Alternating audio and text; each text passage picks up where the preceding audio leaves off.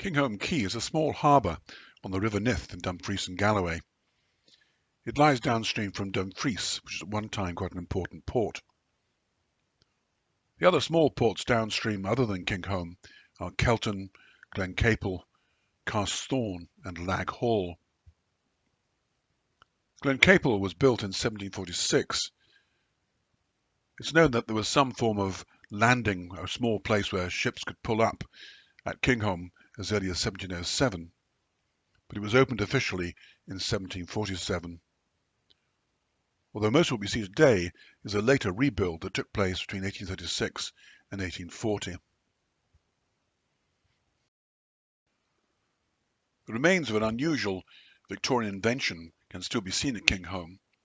This was a system of using water to sluice out the silt from the main basin.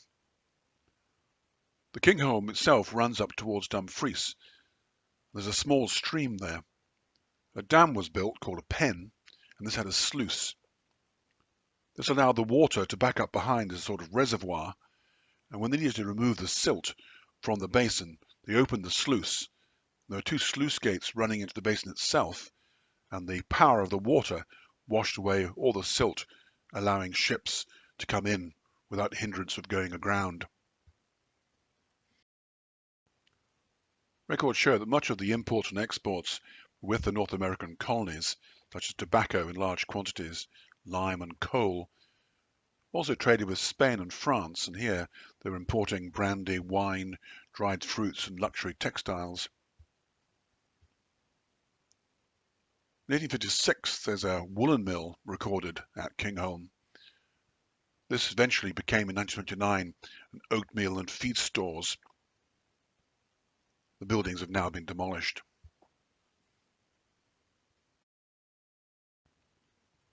It doesn't seem to be recorded, but it's likely the poet Robert Burns, who was working as an excise officer or gauger living at Dumfries, would have at some point visited Kingholm.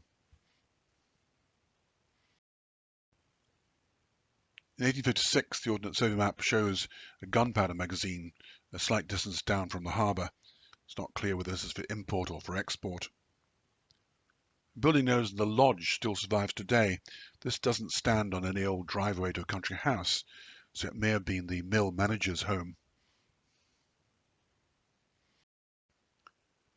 Many of the moorings here are made from granite, but some are made from old cannon.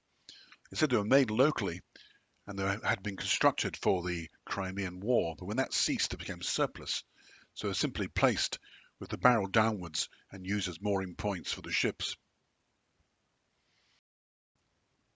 There were two pubs locally, the Ship Inn and the Sailor's Return. Although newly built in 1840, by 1850, competition with the railways meant that the port was losing custom. It seems that the last major cargoes were potatoes coming in. Certainly recorded in 1899, there was new warehouses had been built.